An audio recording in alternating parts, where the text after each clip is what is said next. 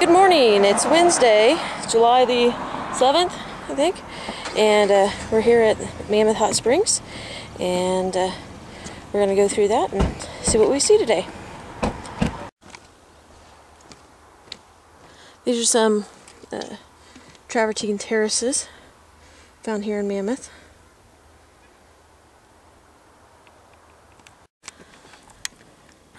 Hey, these are the different terraces here still.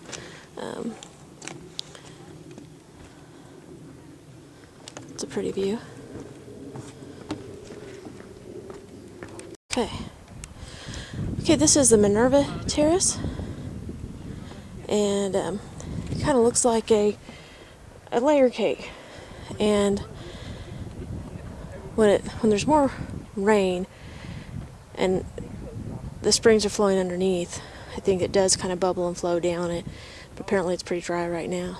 And all the mineral deposits underneath and from the hot springs form all these, travertine terraces. But can you imagine how pretty it would be with water flowing down it? I think it'd be really cool.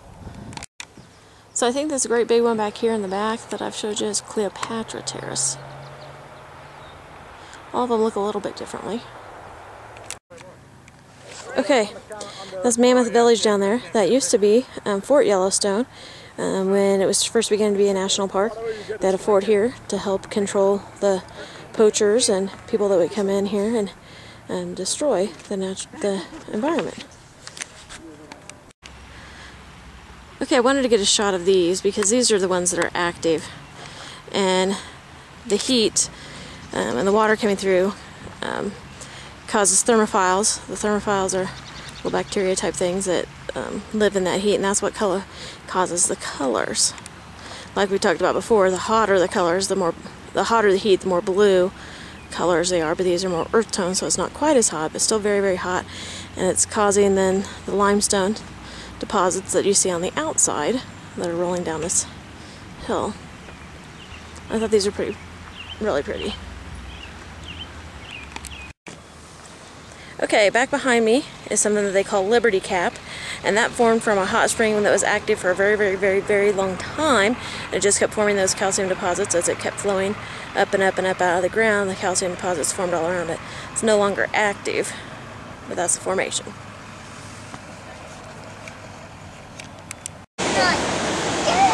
Okay, behind me is Kepler Cascades. So we didn't tell you about the rest of our journey today. After Mammoth, we went to Gardner, Wyoming, from around there. Then we went to West Yellowstone, and now we're taking the long way back to our lodge, and we stopped and saw this beautiful waterfall.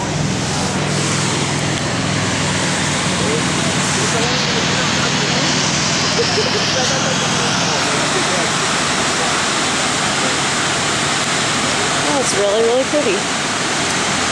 Glad we stopped.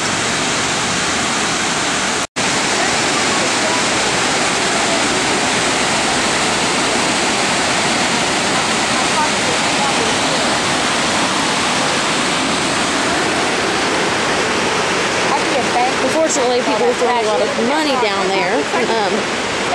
Everywhere we go, people just don't realize this is not, an environment that's going to restore itself. Instead, people just, tear it up. Treating it like a wishing well and throwing their money down there instead of enjoying the natural beauty of it, they're making it, bad for everybody else. That's what clogged up that one pool that I was telling you about earlier. Okay, this little lake is a lake. It's actually the very point of the Continental Divide. This is a really small little lake at this point in time. It's mostly snow runoff, but since it's out of the Continental Divide, half of this lake drains one way and half of it drains the other. So if I can get a good video of it, I'll show you how half of this water flows from one direction, half of it flows out the other. Okay, so here's a little lake. When I swing around here, water goes under the bridge and is flowing this direction. Okay, if I go back across the street to the other end of the little lake, the water's going to be flowing downhill. Okay, here's a little sign that kind of describes it. From the piece that I just showed you, the water actually is flowing more